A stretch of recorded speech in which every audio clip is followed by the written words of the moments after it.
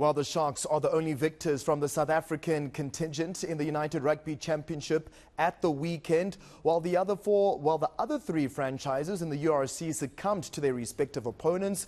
Neil Powell's Chargers took Edinburgh to the Shark Tank in a close game that ended 19-22. I'm now joined by former Sharks and Stormers prop Robbie Kempton. Good afternoon, Robbie. Thanks for your time and thanks for chatting to us. As the three of the big four in SA Rugby failed to register a win, while the South African Shield is open once again, but is a performance against Edinburgh going to carry through in the Coastal Derby when the Stormers travel to the Shark Tank this weekend, Robbie? Absolutely. I thought the Sharks were outstanding. I mean, to a T, every single one of their guys got stuck in. Right from Oxen Chair, who was, absolutely outstanding, to man of the match, who was Farsi. They really put up a gallant effort. And to go away from home in the cold conditions in Edinburgh and to win a game there is, without your Springboks is quite an achievement. And I think that will galvanise the side, certainly. I think the Stormers have got their own injury concerns, but certainly the way that these guys played on the weekend and how they fought for each other, it really was a fantastic win for them. You mentioned Aphelele Fassi, without a doubt, the man of the match with his attacking game. Is he deserving to be a regular starter with the Sharks and possibly a Springbok squad member candidate? Without a question, I think the way he played, I mean, I don't know why there were questions over his defence, because it's never been a problem, but he defended absolutely outstandingly. He made 4 try-saving tackles that really saved the Sharks the game, and we all know what he can do in attack, but certainly the way he came through on his defence, there's no question that he could slot into the Springbok side and hopefully down the way, not just be in the squad but actually get into that test team, but certainly has the attributes, and I think we saw much of those attributes on the weekend. The Sharks are able to put on big performances without the Springbok stars, as you mentioned. But is this one of the key factors for the Durban outfit for the remainder of the campaign, especially something that they need to look into with Neil Powell and co? Without a question, and not having your box, and we know how they play with the box. They have this very high-paced game and what the Springboks bring to the party. But I think the very important thing about this away win is the manner in which the guys, the peripheral players, went about their business. The Pepsi Buthelezi, who captained so well. How Thomas Tutoy went, how Oxen Chair went, how Kerwin Bosch went.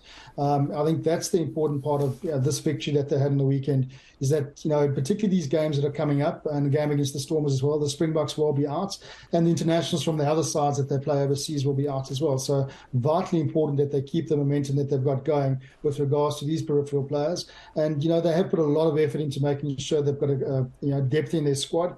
And certainly that came through on the weekend. I mean, even when the bench came on, the likes of Cameron Wright, who got that all-important turnover, that got the penalty. All these guys put a lot of effort into. So important that the peripheral players have managed to do this away from home. Now it's just to do it at home against the Stormers this weekend. And it's certainly the momentum that they can take from that Edinburgh game that would hold them in very good stead, particularly for this weekend. Let's speak about the Director of Rugby, Neil Powell. He's doing all the right things. What would a successful season look like for him at the end of this campaign, or rather his first term as Director of Rugby at the Sharks? There's no question. They've got to try and get a home quarterfinal at minimum. They've got to get into the top 8 first, which they've just now snuck in. Unfortunately, they drop out because one of the Scottish or Italian sides Welsh side slips in. But they've got to get into the top 8 and try and get themselves into a position where they can play a home quarter and potentially a home semi. To win the competition, I think might be a little bit out of their reach, considering the World Cup years. And, not sure how many of the Springboks will be consistently available throughout the rest of their campaign. Plus, also, they've got Europe to play as well. So I would think, getting into the quarterfinals would be the first point of call, but certainly getting a semi-final I would think, with what they've managed to bring to Durban and, the sort of the sponsors that have come in and all the rest of it, I think a pleasing semi-final result would be, where they need to get to at least. All right, let's talk about a team that you've also represented in the Stormers. They're currently no man's land, plagued with many injuries. What will be the saving factor for Coach John Dobson and his Chargers? Sure. No, Dobbo's got a bit of a problem there. I mean, the game against Ulster, one, you're playing against, quite a settled team. Then he loses Junior Pokimela and Clayton Blommetjies just before kickoff.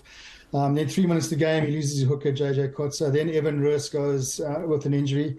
Then his fly-off goes, Jean-Luc. So, to win that game after all those injuries and the guys had dropped out before the game, and then they got a yellow card on top of it, it was always going to be an uphill battle. And I think what the Stormers can take away from the loss is the manner in which they played that second half, where Ulster could have run away with it and didn't.